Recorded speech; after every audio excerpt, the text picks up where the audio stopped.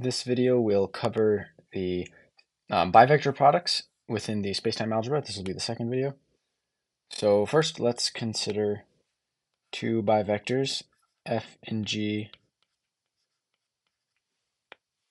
So these two bivectors, I don't like that line, that's better. Then if we look at the product of these two lines,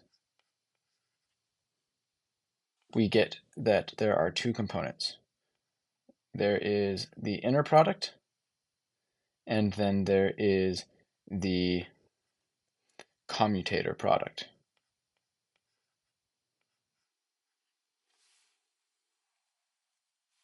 Where this inner product is a slightly different definition than what is traditionally given in the literature. Traditionally, the inner product of a bivector would be the part of the vector product that gives a scalar. However, this right here is defined differently within the spacetime algebra. It's defined as 1 over 2, or sorry, well, I'll get to that definition in a sec. But you have the f dot g is equal to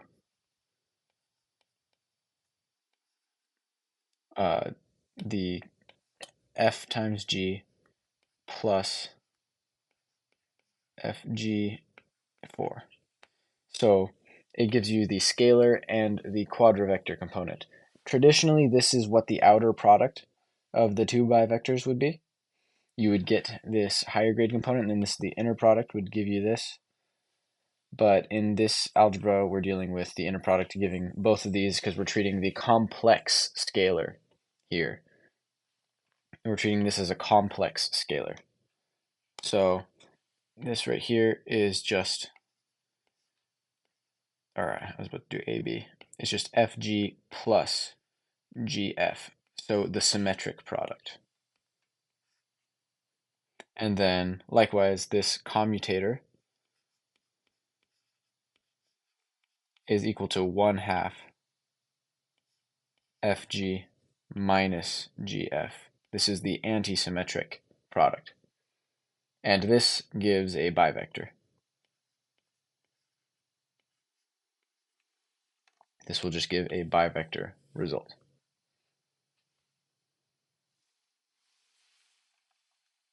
So now let's consider the two canonical forms of the bivector. So consider the bivector, or I'll just say canonical forms.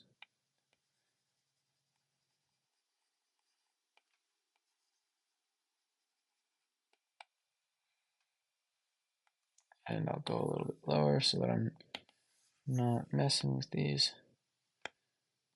Consider the canonical forms. F is equal to e to the theta, I. Then this lowercase f is the canonical bivector.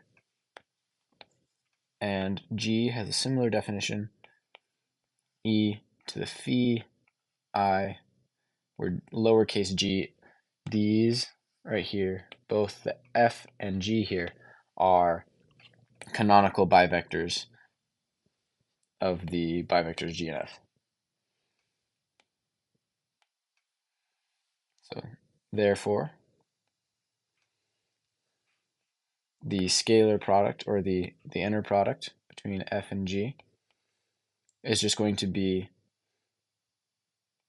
theta plus phi. So they're phase factors out in front of f dot g, where this f dot g here is a scalar. And by scalar, it is a real number scalar. And so why is this a scalar? Well, this is because, so these three upside down dots, because the complex parts, so the complex, I'll just say 4 grid,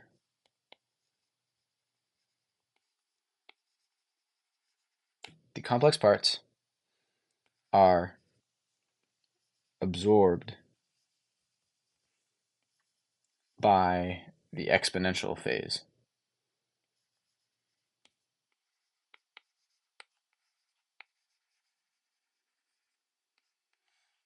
That is, this phase factor out here absorbs all the complex behavior of these bivectors.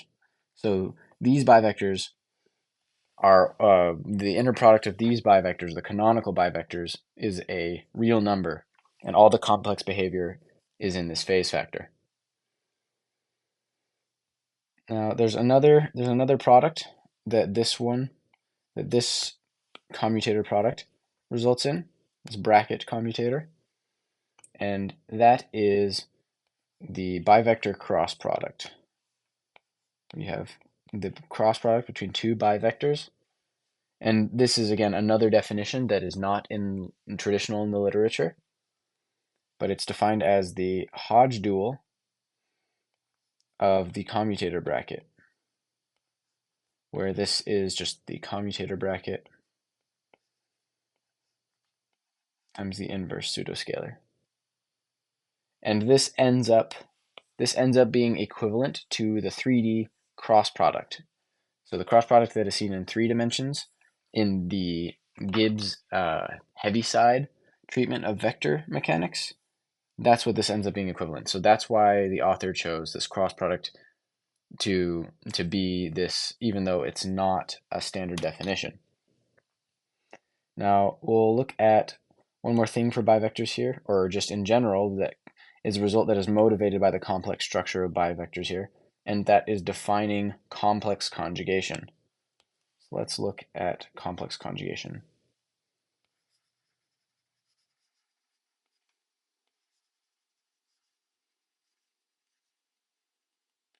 Perhaps I should have defined this in the last video, but it's better late than never.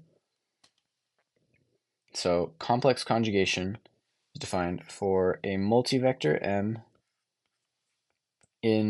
so a general multivector M in the spacetime algebra. The complex conjugate,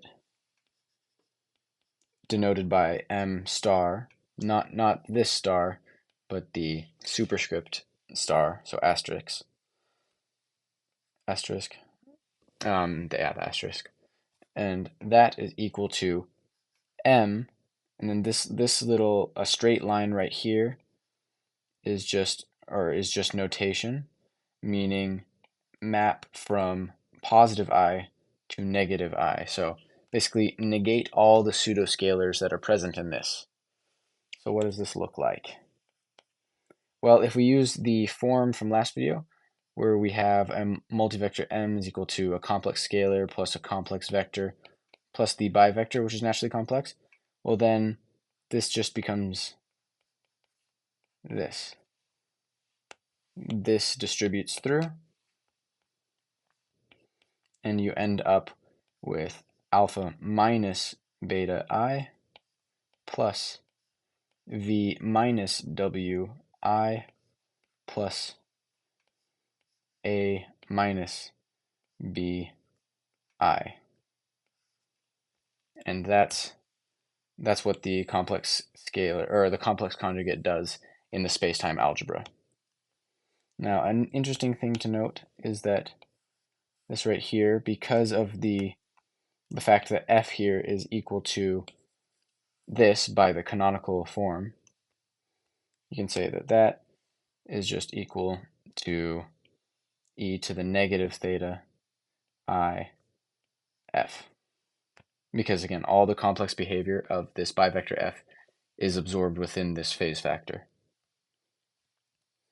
And this implies that you can define inverses of elements, but through the complex conjugate.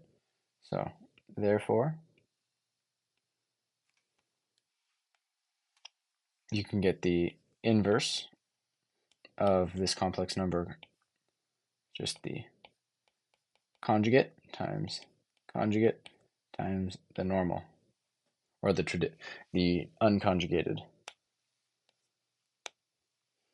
Likewise for the vector, For the complex vector, you have the inverse, where instead you're multiplying on the left, because it does matter which direction you multiply from.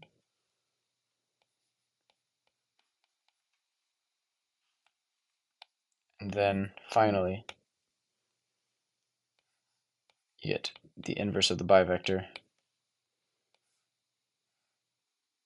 is equal to F star, F star, F. And of course, this is only defined if this is non-zero, this is non-zero, and this is non-zero. Otherwise, that's it for this video.